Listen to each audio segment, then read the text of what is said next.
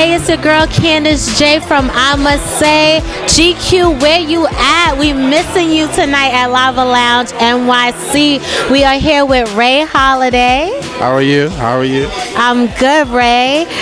Tonight, Ray is actually being honored for BET's Next in Class 2016. How does that feel? It feels amazing. So for all our viewers that don't know exactly what BET Next in Class is, explain to us what that is. Okay, so every year we are familiar with the BET Honors. Every year the BET Honors, they honor individuals who've been in the game for about 20 years plus.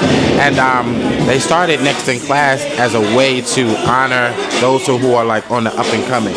So there were 6 categories, and I was nominated in the category of Next in Class in entertainment. And it was a digital race. It was me, Shanice Wilson, who was Dorothy and the Wiz, and John Boyega, who was actually in Star Wars, the only brown boy in Star Wars. And so that was my competition. And after 4 weeks of voting, I won. So I'm extremely excited about that. So in old, it's like a junior BET honor. That's amazing. I'm so glad that you won that, because for everyone, Ray is a blogger, an author, TV personality. I mean, this man does it all. He's definitely an inspiration to us all. So, Ray, oh my goodness, where do you find the time to do all that you do? It's a balance. I think when you are chasing your passion and you're doing something that you really, really love, the time kind of finds you. So all you really got to do is just proportion it correctly. So the time is definitely there. And I wouldn't do anything else. So I'm glad to split up my time doing something I love. So, who was the most influential person you interviewed? That I actually interviewed. I've interviewed a few people. I think Angela. I think Angela Bassett was amazing because I watched Angela. I remember my mom is a big Tina Turner fan, and I remember when What's Love Got to Do With It came out, and I remember watching it with my mom, and my mom reliving a lot of the movie. So when I actually had the opportunity to call my mom and be like, "Yo, Mom, guess who I'm interviewing?" And she was like, "Who?" I was like, "Angela Bassett." She like screamed. And so, but she was, for somebody who's so accomplished, she was just so humble and so dope. And that left a very long-lasting impression on me. Yeah. So she was one of the best. Wow. So what quote do you live by, or what words do you live by? I think it's extremely important for everybody to know how to move in a number 2 function. I think we live in a world where everybody wants to be number 1, but in order for you to be an effective number 1, you have to learn how to be an effective number 2. And when you're in that number 2 position, you're crafting and you're building yourself on how to be number 1, because it's not necessarily about getting to the mountaintop. It's about staying there. So I think everybody wants to be number 1. Everybody wants to be an overnight success. That's cool, but it's really about developing those skills that keep you there. Nobody wants to go to the top and then come stumbling down. So I would say one of my favorite quotes that when I hear myself say it, I smile, is to be an effective number 2. And how did you become an effective number 2 in your career? When we first started Stuff Fly, people like 8.5 years ago, almost 9 years ago, I knew going in that because blogging at the time was such a new genre, such a new venture, that we needed to learn as much as possible from those who came before us. So I ended up working for Nicole Bitchie, who was still huge, but she was huge at that time. And that the humility of working for somebody who was just so great taught me so much, and I learned so much being her number 2. And I was her number 2 for about 2 years. So everything thus far after that, I learned about blogging from her, and that changed my life. So in my mind, I was just like, if I could be someone's number 2 and learn it, then I can be a real number 1. So which one of the many things that you do is your which one are you most passionate about? That's an extremely hard question, but I created these workshops called the Inspiration Workshops, and to date I've probably had over 300 attendees, and it's part inspiration, it's part networking, and I always promised myself that when I got to a certain level or a certain amount of information under my belt that I would freely give it back, and so this is my way of giving back.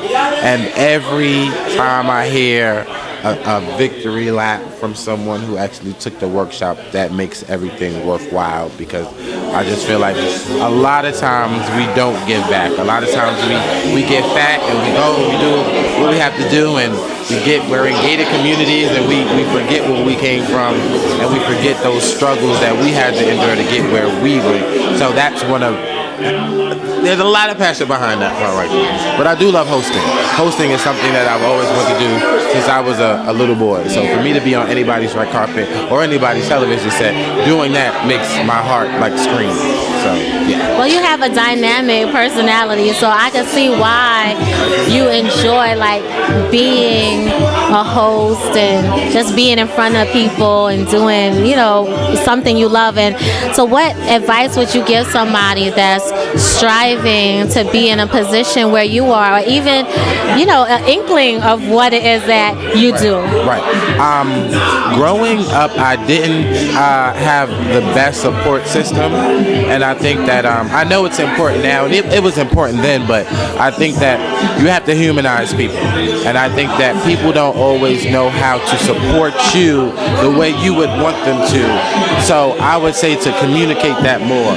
Sometimes you needing the support and asking for the support are two different things, and a lot of times we expect the support to just fall out of the sky, when it's as simple as being like, I wrote a book, can you buy it? I wrote a book, can you read it? Can you tell a friend to tell a friend? I don't think that we open up our mouths enough. I think that we just sit and expect everybody to be like, you're so great and you're so amazing, and what do you need help with? And that's just not how this world works. So my advice is to speak up. If you need help, if you want the support, if you want those resources, you have to speak up and claim them, and you have to communicate that. People can only really help you if they know that you want or you seek help. So you're being honored tonight. It's an amazing honor. BET, it's a big deal because you're great in your field. So what's next? What's the next thing for Ray?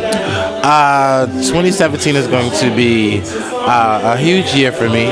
I'm so sad I can't say a lot, but you will see me you'll see me a lot more in some areas than you have in the past. Ray, listen, we need that I must say exclusive, we need that little, just a little bit. I will be a face on one of your favorite shows very soon. Oh, okay.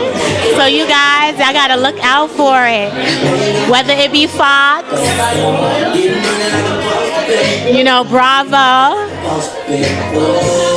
Oxygen, VH1. I'm gonna just let her roll off. Listen, he not gonna give it to us, but we are so excited that you are doing great things, continue to do big things, and we're so happy we're here to share in this honor with you. I appreciate you sharing this moment with us. Thank you so much. What's up, guys? This is Ray Holliday, BET's Next in Class 2016, and you're watching I Must Say Radio. And it's a pleasure to introduce to y'all the man of the hour, the night, Mr. Ray Holliday. Give it up for Ray Holliday.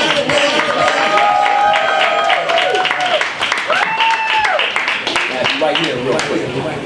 So, Mr. Holliday. Yes, sir. First of all, I just want to say thank you for being here, because you didn't have to come, being that you are famous and whatnot. You didn't have to be here, but accepting this award, I'm sure means a lot. But you know, for us and everybody here, I can safely say, if I can speak for y'all, we are honored for you to be in the industry, for you to be paving ways, and for you to be making the moves that you are, because it's footsteps that we're walking in, especially a brother like me. So I appreciate you for being here, and we want to appreciate you tonight. Can we give a round of applause for Ray Holliday? Now, you've been doing great things for a long time. 2016 for a lot of people though was a very tumultuous year. I can't wait for this bitch to be over. But it's been a hard year, and you know, I saw an Instagram post that you posted today. You lost your grandmother in 2016, but it was so inspirational. How do you find inspiration and the know-it-all to keep going even in the midst of heartache, of pain, and of struggle? This works, check 1, 2. Okay, cool. How y'all doing? Y'all good? Yeah. Okay. All right now.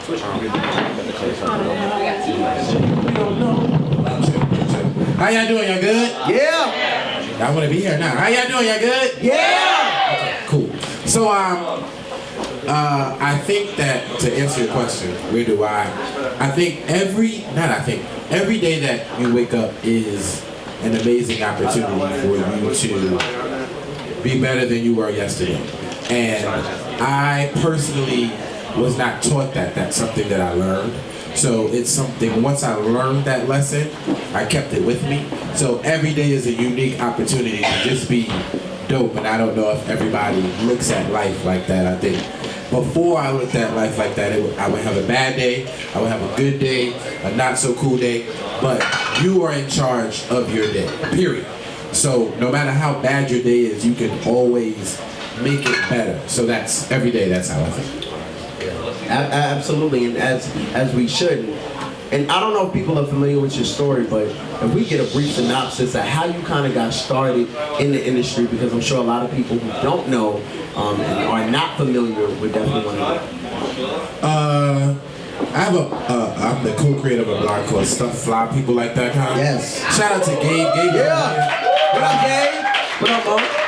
Gabe is the co-creator of Stuff Fly People Like, and we started in April of 2008, and it was something that we spoke about for a year before we even did it. And us, like a lot of people, we were stuck in jobs that we just didn't want to be in anymore. I think we both had this mentality where it's like, find a good job, get a good paycheck, and have fun on the weekends, or go to a happy hour, or maybe when you're on vacation. But we knew that there was a more to life than that. So I started it off because I got laid off. We started stuff. I was in security management. So I worked for a Fortune 500 company called Guardsmark LLC. They've since been sold since they lost me. I'm sorry. That's what happened. That's what happened. So yes, it was a great job. I was making amazing money. It was my first job out of college, and I thought I was living the American dream, but it wasn't my dream. It was my parents' dream. It was my grandmother's dream. So my grandmother just wanted me to get a good job with some good benefits and retire in about 25 years and get married and have kids in the home. And I was just like, in real life, no. I was like, in my heart, I couldn't see myself working for anybody for 25 years and then having a life after that. So in my mind, something had to give. So we were both kind of fascinated with the blogs. The first blog we were fascinated with was the YBF. Well, it was Young Black and Fabulous then, it's the YBF now, Concrete Loop, Nicole Bitchy, and we knew that this was something that we could do. There was no blog out there that was a combination of fashion, music, and entertainment, so that's what we decided to do. The first year was amazing. We made shit up, we stole pictures, we did exactly what we thought that bloggers did. You know, we stole every story, we plagiarized until people started trying to sue us, and we quickly found out that you should not be stealing people's stuff. And I remember we had, our banner was the picture of this artwork from this artist, and he literally sent us a cease and desist. We didn't even know what that was. We was just like, okay, we'll desist it. We didn't know. We didn't even know how that worked. So we got our big break. Our first celebrity interview was Janelle Monáe, and to this day, she still acknowledges Gabe and I. She sees us on the red carpet. She'll stop. Like, she's just been amazing. That was 7 years ago. And 2 years in, it was a combination of this job that I really didn't want and this job that's amazing, but we weren't making money off stuff a lot of people like. So it was hard to say, I'm going to chuck the deuces to this job that's paying me every week. And I know that's a lot of people's struggle. You're not leaving your job. You're not. You can say, I'm going to save some money. I'm going to go into my phone. It's not going to happen. I was making way too much money to be broke. And so I got into it with one of my supervisors, and I remember getting called in on my day off, like Friday, and I was on the train, and I knew I was going to get fired. And I remember calling Gabe, and I called my mom, and I was just like, today is my last day. They were like, no, you can talk your way out of it. You've always talked your way out of being fired. And I said, I don't know if I want to talk my way out of being fired this time. I got laid off, and it was one of those situations where I was just ready for whatever was next.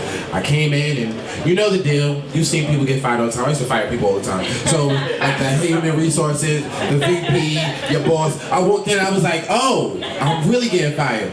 And so I said, so here's the thing. Are you going to fire me, or am I getting laid off? They was like, you're getting laid off. Then we don't need to talk. So I gotta go. And so I didn't even clean out my desk. I didn't care. I didn't want any of those suits. I just knew that my life was going to change after that. And it did. Yeah. And as we see now, you're doing so many major things. Documentary, billboards in 2016. Where do you see yourself going for 2017? I mean, what is this journey looking like for you? I mean, the BET Next in Class. I'm excited for you. I'm sure everybody else is excited for you. But what does Ray have planned in his mind? I live a very unplanned life. And I'm serious. I used to be that person with the 5-year plan. I used to be that person with the 10-year plan. But what I found out quickly was that when you map your life out like this, you put limits on what God can do. And you often get upset when that doesn't happen. So if it doesn't happen in 5 years, if it doesn't happen in 3 years, you get so upset that you either stop doing it or it just slows up the process. So now I just want to be better. And for the last 2 years, I just said, with everything that I'm doing, I just want to be better at it. I just want to do more of it. I want to be an expert in everything that I do. I think it's dope that people know who I am, but I think it's dope when I'm so notable that people want me to be in the room. So it's really not about the work. It's about being notable. I don't want to be famous. I don't really care about any of that. I just want people to say, he works hard. This was his thing. He executed it amazingly, and let's go on to the next. I don't want to waste time with saying in 10 years I see myself here. I don't know where God is going to put me in 10 years, but I do know that I'm going to work my hardest to get wherever he points me. Before we give you your award and celebrate you, you talk about your grandmother, you talk about all these struggles that, through your inspirational Instagrams and tweets, some of all these struggles that you've overcame and that you've had to, work towards. What's been the sweetest part of the journey for you to be in the field that you're doing, that you love? What's been the most beautiful part for you? There is a part of me that loves people. Now I hate people in real life. I say the same thing. I hate people, but I love people. You don't love people? No, I do. I think this business makes you humanize people really, really quickly. And because I've come across so many people, I don't look at people the same. I think one of the beauties in life is having like-minded people around. And I think that it's awesome when people want to grow together. I think we as a people have been raised in this country to backbite and to fight each other. So there's always a competition, there's always some jealousy, there's always something. And that's the way we're taught. So sometimes we automatically do it without even knowing that we're doing. So once you know better, you do better. So now that I know that that's how this is all assigned, I can be different and I can be better. I can be the one that's actually nice. I can be the one that's actually genuine. And I can be the one that actually wants to help with nothing in return. So that's the best part to me, because I don't think we live in a world where that looks good. People raise you to be negative, and they want you to cut people off and get to the top and make $1 million and move to Jersey. No shade to Jersey. And shout out to Jersey. You know, but so for me, every day is really that opportunity to prove that the future is really in this room. But if we ignore each other, we'll never get there. If we shun each other, we'll never get there. It's really about reaching out to people in general. So that's the sweet part about this life for me. Ladies and gentlemen, I want y'all to please give a well-deserved round of applause for December's MVP, Mr. Ray Holliday.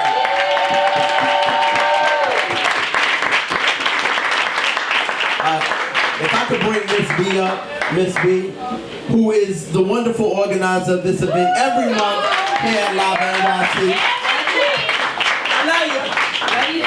Thank you so much. I just want to thank everyone for coming out today. I started the Millennials Valuable Power Player Award to honor those individuals who are doing a lot in the industry, who are paving the way for the up and coming. And most importantly, it's more of a personal level for me, because these are people that I actually look up to, and they're my peers who I love to death. Now, Ray, I used to, I stalked your email for a while. When I first moved to New York, I needed a panel, and I wanted Ray Holliday to be on my panel, and I had this brunch. It was like a new, I forgot what it was now. What's the wrong one? Vision board brunch. Thanks, babe. It was a vision board brunch, and I was like, I gotta get Ray on this panel. So I hit Ray up, and he denied me. So I was like, man. So then, like, a few days later, he said, you know what? I can do it. That made my day. See, I didn't really deny her. It denied her. It was scheduling conflicts, so I wasn't going to be here. So when I realized that I was going to be here, that's when I hit her back. Okay, you're right. So, but it sounds better when I say you deny me. No, it did. No, But I kept emailing him the same email over and over because he was not responding back quick enough for me. And I said that just to say to be persistent at what you want to do. Continue to stay persistent. And I just want to thank you, Ray, because after that we built such a connection. We were like, I started working with you, and Ray, he's an incredible boss. He does everything. Literally. I had to yell at him a few times like, Ray, let me do something, let me do something. Still to this day, you won't let nobody do nothing, but it's okay. But I just want to say, Ray, that I love you dearly, and I just want to thank you for taking me under your wing, and I would love to honor you with the award for the Millennials Valuable Power Player for December.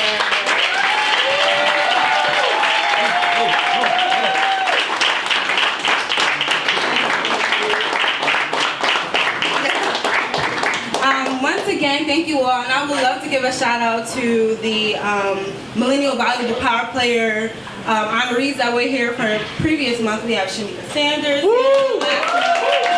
have Avery Watson, who is a month before.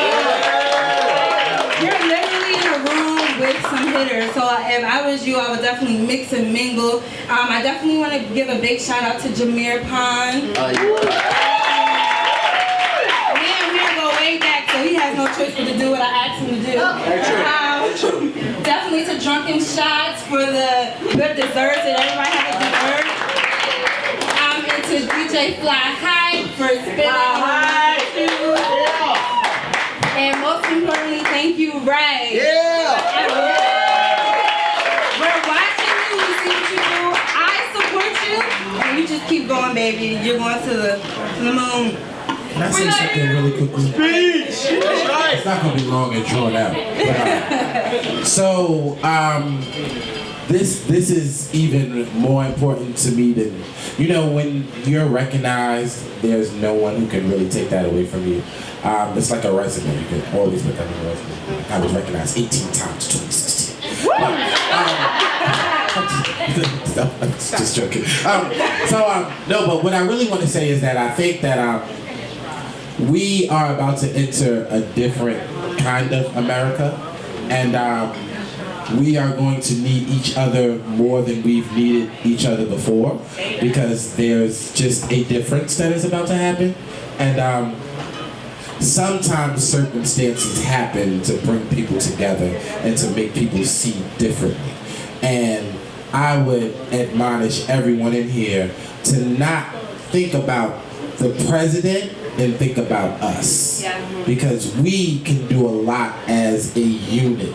And I think we live in a world where everything that we do is just sensationalized so negatively. But there is a lot of love that happens between a lot of us. We do want to get to the top together. I'm convinced. I know we do. But I'm just admonishing everyone to reach out more to each other, to connect more, to collaborate more, to be persistent, even if you feel like you're getting to run around, because we have to make these things happen. A no is already a no before you ask. So all you're really doing is preparing yourself for a yes. Because before you it was a no. If I didn't have $1 million and I asked you for $1 million and you said no, I ain't really have it. I can't really be mad. I can't start mapping out $1 million that I don't have. But if you say yes, that's when I'm like, oh shit, what am I gonna do with this $1 million? How is it gonna play out? So don't be afraid of the word no. And I always say this, in order to be an effective number one, you have to be an amazing number two. Don't be afraid to be number two. I think we live in a world of egos, and it just gets a little insane sometimes. But if you just get in the trenches just a little bit to understand what you're doing, you want to be able to run your own company from the ground up. You don't want anybody to be able to come in and tell you what's yours and what to do and what not to do. And in order to do that, you have to be the intern. You have to be the assistant. You have to take that number two. Because it's really not always about getting to the top, it's about staying there. And if you get to the top and fall down, you've wasted all the time to get there. So I'm trying to get to the top and stay there, not for a while, forever. I need a house up there. I need a crib out there. I need to be able to go back and forth when I want to. But what I'm saying is, it won't happen if we don't think that way. So if y'all can just do that for me, I would appreciate it. Okay, goodbye.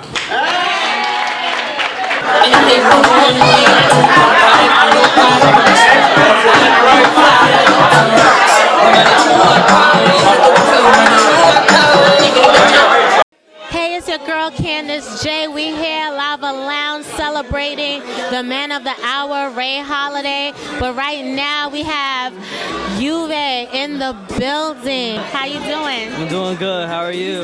I'm good. So Juve is a singer, songwriter. He's been on Sway in the Morning. He's done a lot of great things. Young man. How would you describe your music? My music is R&B, pop, very chill, vibe out. You know, just a great, you know, just emotions when you hear my music. Feel me? And you know, Juve, know the name. How did you come up with that name? That's such, it kind of sounds like Juve, you know what I mean? Yeah. Juve, my parents wanted me to have a very unique name. I'm very blessed to have this unique name. My mom said, when you grow older, your name gets bigger. So I'm very blessed to have this name, Juve. So when did you really start getting into singing and songwriting? I really got into it when I was 11 years old. I started singing, songwriting. I used to do a lot of other things, acting. I still do it, but that's when I started. But your passion is music? Passion is music all the way. So what are you working on right now? Right now, I'm just working on getting everything ready for January because I'm releasing a single soon, and I can't really say much about it, but it's gonna be crazy. I'm very excited. So do you have an EP coming out? There is gonna be EP coming soon, but I'm definitely gonna be dropping this single. Everyone's gonna like it. It's gonna be crazy. Are you an independent artist, or are there labels looking at you? I'm an independent artist right now, but you know, always looking at labels and stuff, just working. All right, so let everybody know where they can find your music. Yeah, you guys can check me out on my Instagram, Twitter, Facebook, all that. I am Juve, I-A-M Juve. He is Juve, and you heard it here on I Must Say. Thank you. Hey, what's good? It's your boy Uvan. You tune in to I Must Say Radio. Checking out.